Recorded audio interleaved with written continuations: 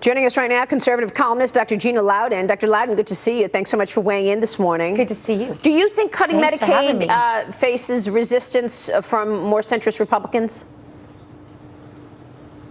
Definitely. I think that the whole problem here is that, the Democrats have spent like drunken sailors, and now, of course, the Republicans are left to clean up the mess and to be criticized for it. And so I don't think we should be surprised that there's going to be some pushback, because whenever you give tons of stuff away to tons of people, pulling back and acting like adults is always a little bit complicated for people. But do you think that there's any part of this? It's really the Republicans have not done a good job selling what it is that they're trying to put down. It seems to me they're talking about choice. They're talking about other things. When people are saying health care is a right, and it's almost like they're having a different debate than most Americans are having at home. Yeah, I think that that's true. I think that the thing about conservatives is they've never really been great at articulating that feeling side of the message. My background is in psychology, and I think that one of the things that they need to get better at is definitely that part of the communication. But I think also we really are in a place in our culture right now where we just accept irresponsibility and a lack of adulting, as I like to tell people sometimes. We really do have to be the parents sometimes in the situation. And that's not always the fun role, but it is usually the better role, the more responsible role, and certainly the role that is better for the future of America. Hey, Gina, this is Shelby Holliday. I think Lee brings up a great point. I was just at Congressman MacArthur's town hall last week, and people have real concerns about their own health care. This is a personal issue. It goes straight to their hearts when they hear about perhaps getting their care cut. What would you message to the world when you're talking about cutting Medicaid, putting it on a budget, not necessarily taking care away from people, but how do you spin that in a positive way so people don't panic and think that they will lose their doctor, they'll lose their care?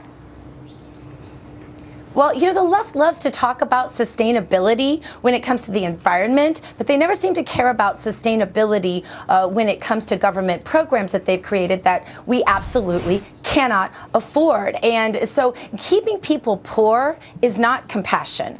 And I think that message can resonate with people. This is about bootstraps. This is about people getting back on their feet. Medicaid was never designed to be what it has become. It was supposed to be for the most destitute. 73 million people in America.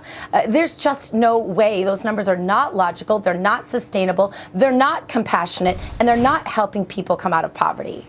Meanwhile, the newly crowned Miss USA, Gina, is sparking outrage, apparently from the far left this morning. Here's what Cara McCulloh said last night during the competition when asked if she thinks health care is a privilege or a right. I see firsthand that for one, to have health care, you need to have jobs. So therefore, we need to continue to cultivate this environment that we're given the opportunity to have health care as well as jobs to all the American citizens worldwide. What did you think about her answer? I thought she was amazing. My daughter was texting me from the pageant. My daughter was actually there. I thought it was amazing. She gave two answers that I loved. One was instead of calling it feminism and insulting men, how about we call it equalism? I loved that. I also loved her making the point that healthcare is indeed a privilege. I think it was so funny because the whole night, if you watched the pageant, and I did, they were celebrating how diverse these top five were because there was only one Caucasian. I guess diversity is good in skin color, but diversity is not okay in terms of thought and ideas and political perspective. I think they need to check themselves on this one. I thought she did a great job. Gina, this is Dom Tavella. You mentioned the sustainability of government programs. Last week, Aetna announced that they're also going to bail out on the Obamacare program. Why do you think most Americans still don't understand that the system is actually going to collapse? It's just a matter of time. Yeah, it's like when you go to your doctor and he says, hey, if you don't lose weight, you're going to die. Or if you don't stop smoking, you're going to die. And then we survey the patient and say, hey, do you like dieting? Did you like quitting smoking? Nobody ever likes the cure for what can keep them from going off the cliff. But that's really where we are. This is not sustainable. We know that. Americans are losing their health coverage, health insurance coverage. And so there is no choice here. America needs a diet. America needs to stop smoking. And if you ask them if the process is fun, they're probably going to say no, but it's good for them. So I found over and over again, when you're looking at messaging the anti and not the what you're for always fails. When you're reacting, you're not acting, and you're going to lose. So I think one of the biggest problems that we're seeing out there in the Republican health care bill is that we're not talking about what it's going to do. We're going to talk about what it's protecting us from. What do you see that's going to do? The benefits to the people. That's a great.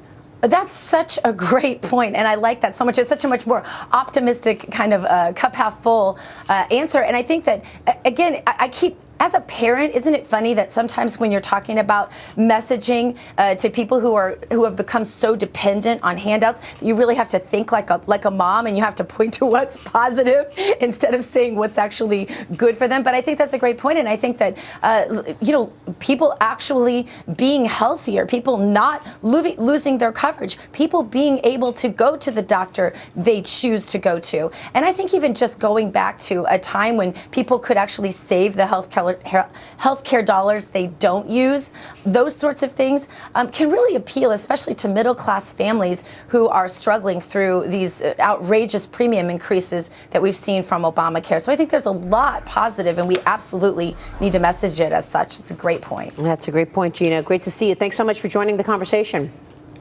We will Great see to see you, Maria. Thanks. Dr. Gina Loudon there. Coming up next, Saturday.